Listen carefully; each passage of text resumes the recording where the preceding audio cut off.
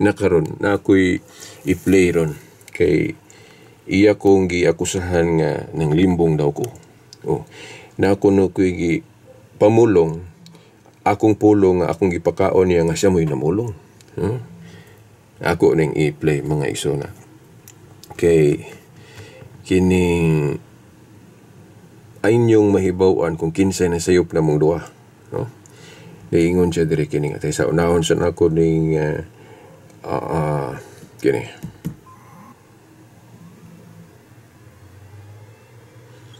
Okay man. Hello po mga mahalang mga kaibigan. No? Mayroon kaming ipapakita sa inyo. Papakita namin kung gaano kadesperado at kasinungaling ang mga dipensor katoliko. Kagaya halimbawa nitong si Silbert Lundoyano na kaibigan natin. No? Alam nyo mga kababayan namin, ang ginawa niya, hindi niya kaya kasing gibain yung aral na tinitindigan naming mga iglesia ni Cristo. Ang ginagawa niya, pinaparatangan tayo. Inilalagay niya sa bibig namin ang hindi namin salita. Doon kami niya atakihin. Halimbawa, katulad nito, no? Ito, post niya to, ni Silbert Lundoyano. Sabi niya, sabi nila Tigo Umandam, na defender ng INC ni Felix Manalo. Sabi ko raw yun. Ang sinimulan daw ni Cristo na iglesia ay naging iglesia ng demonyo. Sinabi ko raw yun. Ang sinimulan daw ni Cristo na iglesia ay naging iglesia ng demonyo. Sinabi ko raw yun. Eto, Silbert Lundoyano, challenge ko sa'yo. Ipakita mo yung video o kaya sulat ko na sinabi ko. Yung sinabi mo na yan yung linya na yan na ang sinimulan ni Cristo na iglesia ay naging iglesia ng demonyo. O yan. Ihintayin ko yan. Pag hindi mo na ipakita yan, lalong malalaghan ang inyong mga kasinungalingan at pandaraya. Hindi kasi ninyo kayang gibain ang aral namin dahil sa napakatibay. Kaya ang ginawa ninyo, magbintang at magparatang. At doon ninyo kami atakihin. Sige Okay. So ato ning tubago no. Kini asa naman tong iyang maklaro gitong kuan. Katong sulat gani kay na ako'y basahon na to. Okay, asa to dapit wa naman na plaster dire. So na lang ako nagtubag. Okay. Now iya kong gipasanginlan nga nagpakaon ko no kog word nga wala niya gisulti. Katong kay nganong nakasulti ko ato. Tungod kay iyang gihimong example. Katong sa video galing una nga akong gi-play ninyo. Katong niingon siya nga asa man to. Na akong i-play ni. Hello po, good morning po. Bakit? Kasi lumabag siya, lumalaban siya sa kautusan ng ito lang kasi yan, kaibigan. Yung sinasabing ang Iglesia Katolika sa pasimula ay siyang Iglesia ni Cristo. Ganito lang yan, walang kaibahan yan sa sinabi ng Biblia na si Satanas dati siya ay kerubin. Yan pansinin nyo si Satanas dati siya ay kerubin. Hindi ibang entity yung kerubin dati na ngayon ay Satanas. Meaning ba dahil sa si Satanas dating kerubin, sa Diyos pa ba rin siya? Siya ba ay sa Diyos papanik? Hindi. Naging kalaban na siya sa Diyos. Bakit? Kasi lumabag siya, lumalaban siya sa kautusan ng Diyos. Sinuway niya ang utos ng Diyos. Kaya siya tumalikod. Ganon ang nangyari doon po sa unang bayan ng Diyos, ang Israel. Ang Diyos ang nagtatag sa bayang Israel. Pero nung sila po ay hindi na sumunod, sila po ay tumalikod. Hindi na po sila bayan. Ang iglesia din, ganon din. Sa panahon ng nandito pa si Kristo sa lupa, ang mga apostol, sinunod pa nila ang aral ni Kristo. Pero nung ang iglesia, patay ng mga apostol, si Kristo na sa langit na, inililigaw na sila ng mga bulaang mga ngaral. Kaya tama ang sinabi ng Biblia, mayroong binabanggit sa Gawa 20:30, sabi doon, mula sa gitna ninyo, mula sa kasamahan ninyo. So, iglesia sila ni Kristo, kasi kung ibababa mo yung 28, iglesia ni Kristo ang tinutukoy doon eh. Mula sa gitna ninyo, mula sa iglesia ni Kristo, lilitaw ang mga taong magsasalita ng kasinungalingan. Ililigaw ang mga alagad. Yung pagliligaw, yun ang pagtalikod. Paano sila matatalikod? Ililigaw sila, sumunod sila sa aral na hindi na aral ng Diyos. Matutupad ba yan? Nasa Biblia yan eh. Kaya, tama yun. Okay, so mo to, no? Iya man kung gihimong example nga sama ko no ni kadtong anghel, ang itawag niya Kiruben, si Lucifer manibot pasabot ana nga sa dihang nirebelde sa Dios nahimo ng Satanas. Mao na iyang gihimong example, mao kuno na nahitabo sa iglesia nga gisugdan ni Kristo. Nga sa pirmero sa iglesia ni Kristo pa kuno wa pa hinganlig Katoliko, wa pa kuno natalikod, wa pa nagtudlog sayop. Sakto pa to. Pero sa dihang nagtudlo na og sayop, di nawala na sa dating anyo niya. Bot pasabot, nagtudlo nagsayop, gani sa ubang mga pasugo nila isyo giingon pag nagtudlog pagtulunan siya wa.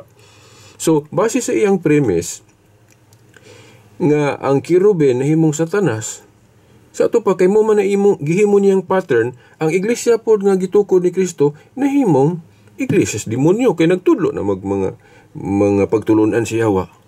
Then moingon man siya nga wala man ko magsulti ana, diba? Nakadungog mo sa atong akong giplay, wala ko na siya magsulti.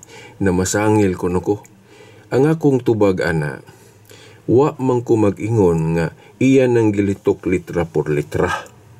Diba? Kadungog mo ato kong video, wa ko mo ingon nga gisulti na niya litra por litra.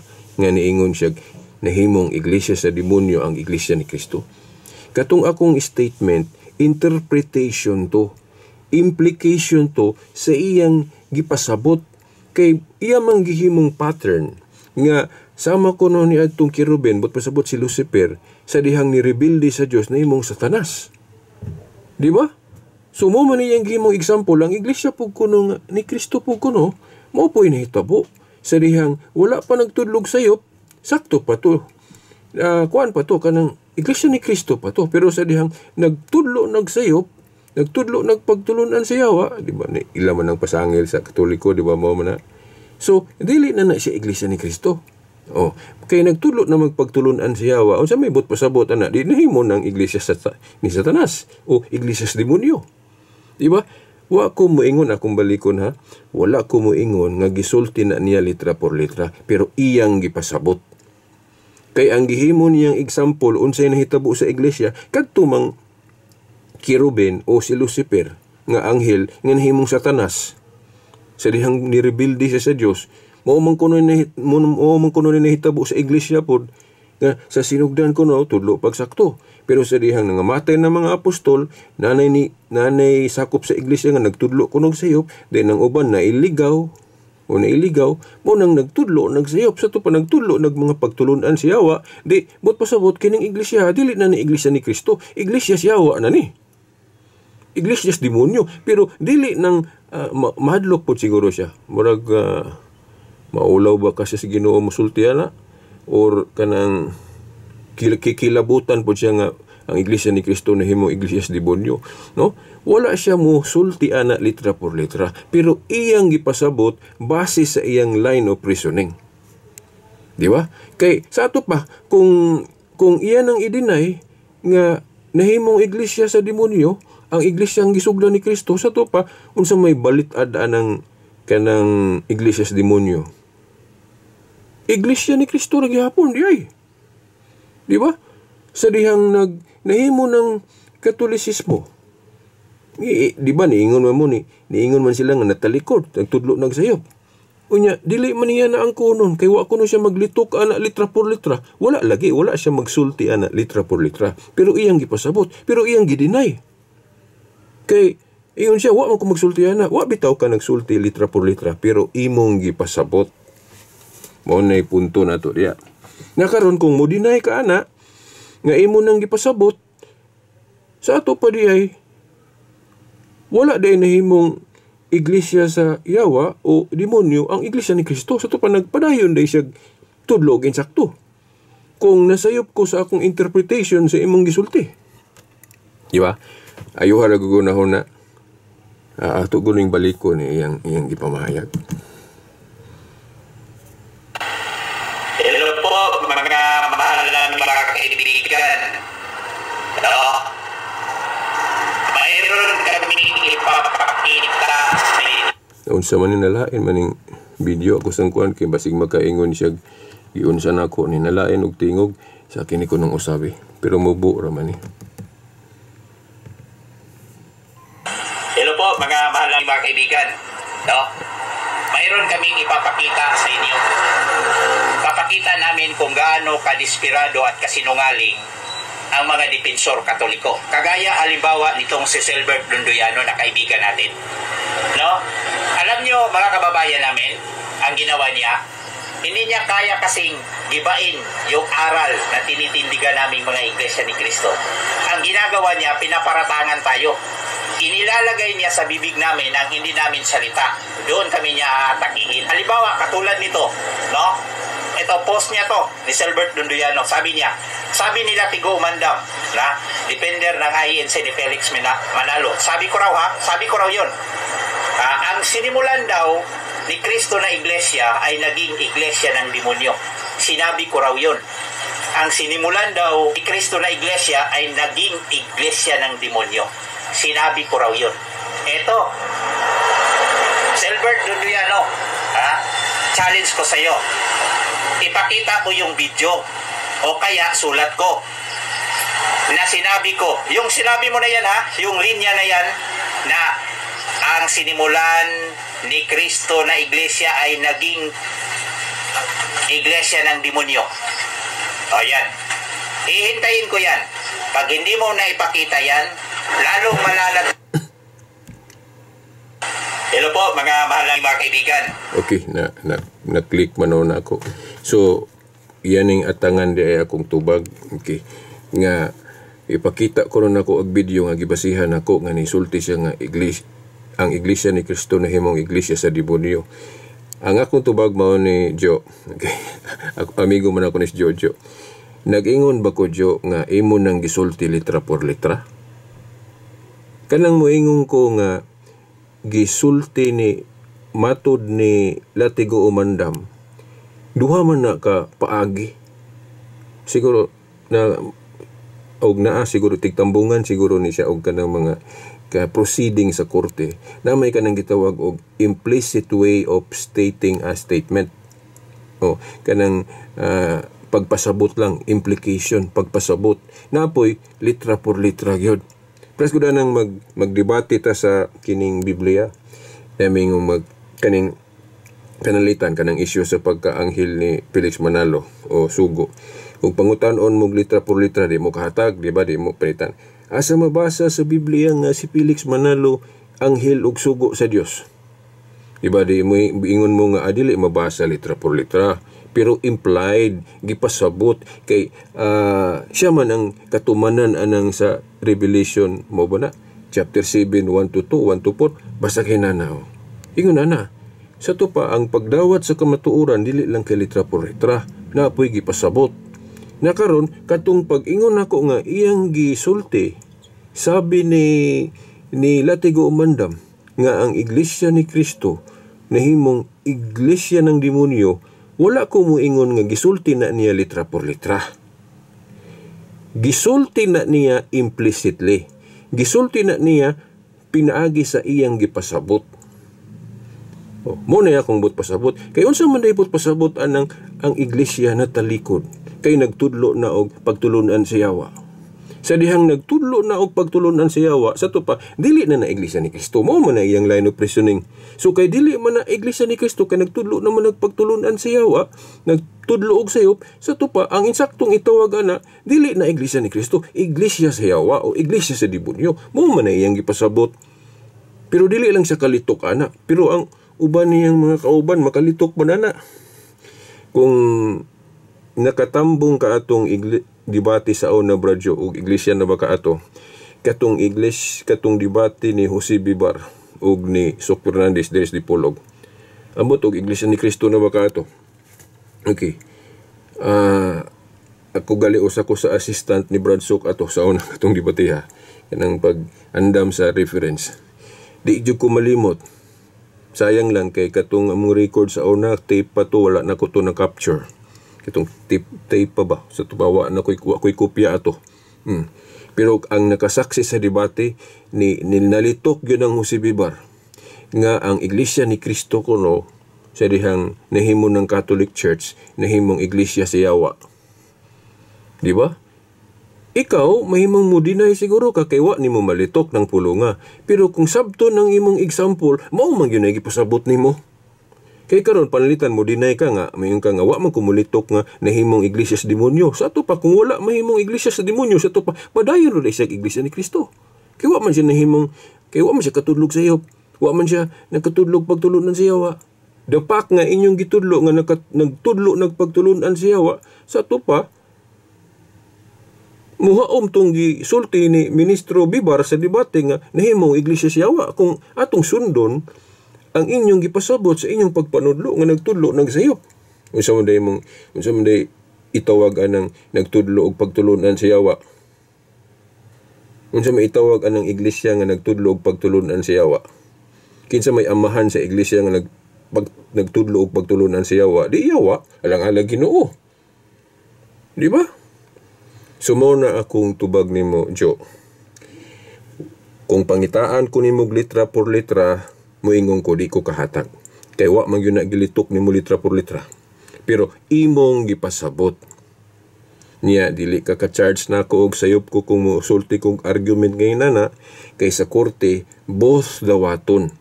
Kanang litra por litra bot pasabot explicit. Kung dili litra por litra implicit gipasabot lang. Nya biblical po na Nehemias 8:8. Ilang gisabot ang kasuguan mo nang nakasabot sila. Oh. So mo na akong tubag jo ha. Wa ko moingon nga imo nang gisulti litra por litra. Pero imong giingon pinagis imong gipasabot. Kay unsa may bot pasabot nga sigurado man gyud ko nga mao toy buot ipasabot nimo, di lang nimo malitok kay murag kiwahan pud dagoy ka. Pero katong inyong ministro nga si Jose Bibar wa man gikiwahan lagi.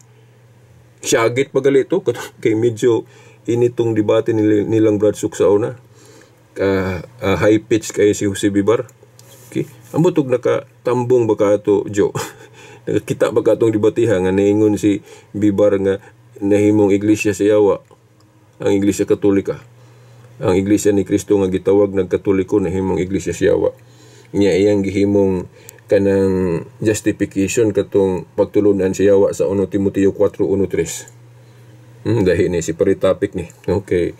Dili mi mo angkon nga pagtulunan sa Yawa ng silibasi o kanang fasting.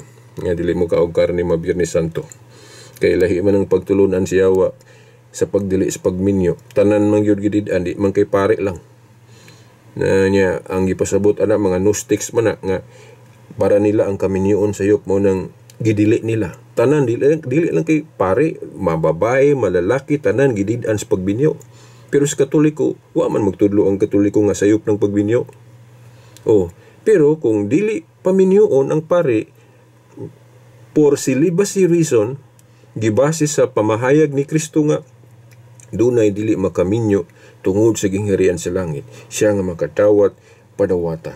Nya ang explanation na katong gisulti ni Saint Paul nga maayo ang pagminyo, pero kung dili ka magminyo tungod sa gingharian sa langit nga maka-focus ka pag-ayos pangalagad sa Ginoo, mas maayo. 1 Corintios 7:38-39. So diha gibase ng silibasi, dili na pagtulunan sa Yawa. Di ba? Pero tawag ninyo pagtulunan sa Yawa na, di ba? Kanang silibasi o kanang mabiyernes santo namang fasting, tawag ninyo nagpagtulunan sa Yawa, kanang dili mo kaog karne. Nga lahi man tong pagtulunan sa Yawa nga dili mo kaog karne. Lahi ito. Gidid-an yun, dili kay Biyernes Santo lang. Tanang oras, tanang adlaw, gidili yun ang pagkaog karne kay sayop ko na. Mo man ay pagtulunan sa Yawa. Nya ang Katoliko nagtudlo nga pagtulunan nga dili mi pakanog karne. Pakanon man mig karne. Wa man mididi. Pero siyempre di ta mo kaon kung magpasting. Wala man na, dili man na pagtulunan sa Yawa ng fasting. Di ba? Kana pong dili pagminyo para awaton si Kristo nga dili minyo kung moalagad, dili po na siya pagtulunan si Yawa, silibas sina. Kay lahi man tong pagdili sa pagminyo sa Yawa, kay gidili to kay sayop man ng kaminyoon. Sa Katoliko dili man na sayop ng kaminyoon, sakramento man na, usa man sa mga sakramento. Gani ako naminyo ko, pare ang kasal nako. O mo na nga kanang inyong akusasyon nga ang Katoliko sa diyang gihingan na nagkatoliko nagtudlo nagpagtulunan si Yawa, sayop na. Kay sa pagtulon ang Katoliko dili man gyud tibuok matalikod, dili man gyud makatudlog sayop ang teaching faculty sa iglesia. Ngano? Tungod kay naay Holy Spirit ga-guide niya sa iyang teaching faculty. Kamo ang inyong pagtulunan nga tibuok na talikod ang iglesia sa diyang wa na ang mga apostol, sa ato pa ang Holy Spirit na pakyas. Napakyas siya sa iyang trabaho sa paggiya sa iglesyang gitukod ni Kristo. Kung imo ra bang sabtunog ayo ang gihimo ni Kristo katong diri sa siyuta, diba ningon siya nga, diba iyang giandam iyang mga apostoles iyan ang gipamili, then si Pedro mo iyang gitugyanan si Yahweh, sa to pa si Pedro mo executive minister o pope. Dayon niingon siya nga, mangayo ako sa amahan og laing manlalaban. Ang espiritu sa kamatuuran. Unsa may kini napas Kristo siyuta ato ha? Wa pa siya mosaka sa langit. Nganong iya man ang gisiguro nga inigwala na siya na ay Holy Spirit. Kay importante ang Holy Spirit. Ngano?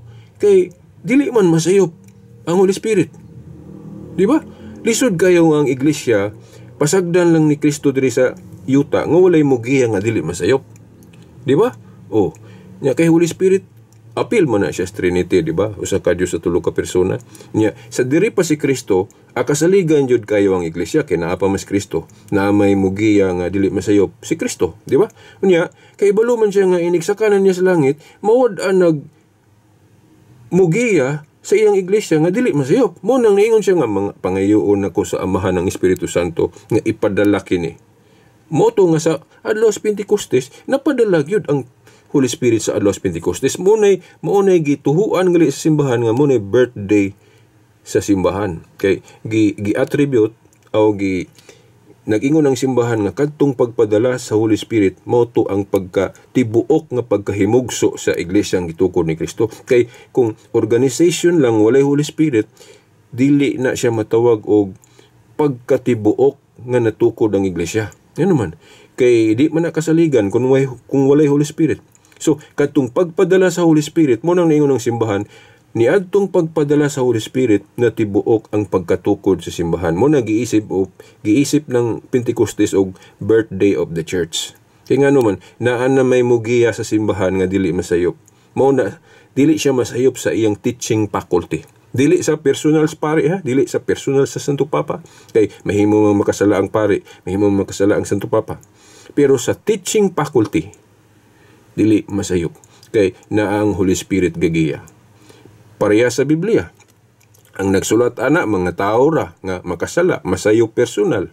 Pero nganong moingon man ta nga dili masayop ng ilang mensahe sa Biblia kay naay Holy Spirit ga protect, nag-inspire. Mausab na sa teaching faculty sa iglesia, di siya masayop. Sa to pa kay di man masayop, so dili mahitabo ng total apostasy. So, misinterpretation lang. Sayop lang ninyo nga pagsabot anang celibacy, kanang fasting, dili magkaugkar ni Mabiri Santo, dili man na pagtulungan si Yawa. Then ka na pong among kumpisal, biblical man na. Di ba? Separate topic lang na. So, mauna dyan sa pagtapos, maingon ko, imo man kong gipangayuan, no? O kanang ebidensya nga imong gilitok ng ang iglesia ni Kristo na himong iglesia sa demonyo. Akong tubag, wala ka magsulti ana litra por litra.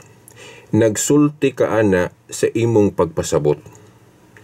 Ang imong gisulti, nagpasabot nga mauna. Nga naman, kay ang imong gihimong example, sama sa Kiruben nga si Lucifer, anghel, sa dihang nirebelde na himong Satanas. Di ba mo na himong gihimong example? Nga ang iglesia ni Kristo pa pagsugod sa dihang wala pa magtudlog sayop. Pero sa dihang nagtudlo na og sayop kay natalikod na mo nang nagtudlo nagpagtulunan sa yawa. Di kinsa may amahan anang nagtudlo og pagtulunan sa yawa, di ihawa. Di nahimo ng iglesia sa yawa. Muna nga, kung sakto ang inyong teaching, sakto to kasi wala mag-ito bakuyan ni Jose Bibar. Katong iyang pagsyagit dito sa debate nila ni Bradshaw, na ingon si Jose Bibar nga, nahimong iglesia sa yawa, ang iglesia ni Kristo nga nahimong katoliko.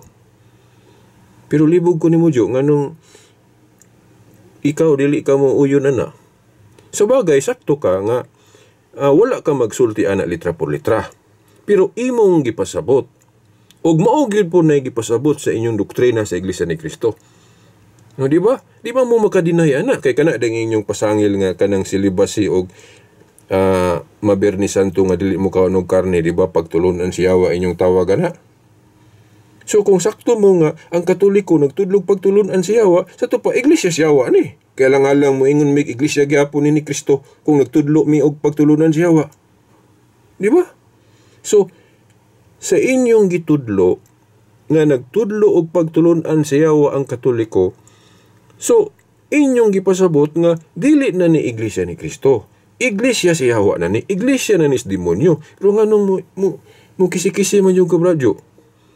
Siguro pwede ka makakisi-kisi kay wa man gyud ka naglitok ana litra por litra. Pero imong gipasabot agi sa imong premise nga ang kiruben nahimong satanas sa dihang nirebilde. Nya ingon ka, ingon na po ang iglesia.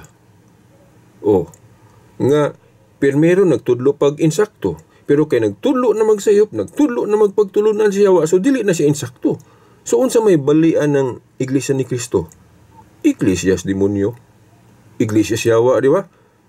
So, kung mudinay ka, mura na hinuon ni og nakahuna-huna na hinuon ko nga, salamat Jo nga mudinay ka anak. Kay si Jose Bibar, wa man mudinay anak. Wa man gito siya moingon, ay sorry, nasayop ko. Wa gito moingon si Jose Bibar, inyong ministro, katong debate sa una nila ni Bradshaw. Wa gito siya moingon, uy, sorry, sayop day, dili day, nahimong iglesia siyawa. Pero ikaw Jo, believe ko nimo. Siguro murag na siguro kuling ang Ginoo nimo nga pabalikon kas Katoliko. Kay dili man kakaako day anak mo mulitok ng ang iglesia ni Kristo na himong iglesias demonyo. Di ba? Di ka kaako mo bitong imo kung pasanginlan nga nang limbong ko nimo, di ba? Wa ako mang limbong nimo Jo. Tinuod nga wala ka maglitok anak litra por litra. Pero imong gipasabot, apil man as korte nang gipasabot, implied. Nga nung implied, kay gihimo nimong example ang kiruben nga nahimong satanas. Nga niingon ka, ingon ana po ang iglesia. Ang iglesia ni Kristo sa sinugdanan, iglesia ni Kristo, pero sa diyang gihinganlan, naglaingalan, nagpagtulunan siyawa. So, but pasabot, iyan na siyawa. Alang-alang mo ingon pagyapon kag iglesia ni Kristo kung nagpagtulunan siyawa. Di ba? Sakto ko, Bradyo? Gawa siguro og moingon ka nga wala man ko mag-ingon veritas, Silbert. Wa man ko mag-ingon nga nagtudlo mo og pagtulunan sa yawa. Sakto ra man na inyong gitudlo. Oh. Kana siguro dili gyud ka nako sabton nga na nahimong iglesias demonyo kay nagtudlo ra magsakto. Di ba? Pero the fact nga niuyon ka, nalitok nimo ng natalikod, wa na makatudlog insakto. Unya sa inyong teaching pod, klaro man na, amot og mo deny ka. Di ba nag-akusar mo sa Katoliko? Mao man ka ani iglesia ni Kristo nga nahimong Katoliko nga nagpagtulunan siyawa. So kay nagtudlo na magpagtulunan siyawa, dili na ni iglesia ni Kristo. Iglesia na ni siyawa. Di ba? Kung sakto mo sa inyong akusasyon. Nya kay imo man ang gipasabot. No, nato dili na ko niwalaon ning video ha. Nga imong gihimong pattern, gihimo nimong premise ang kirubin nga nahimong satanas. Di ang iglesia pod kay nagtudlo na magpagtulunan siyawa, sige nahimo na po siyang iglesia siyawa o iglesias demonyo. So, wala nimo gilitok litra por litra, pero imong gipasabot. Hangtod sa sunod higayon. Daghang salamat.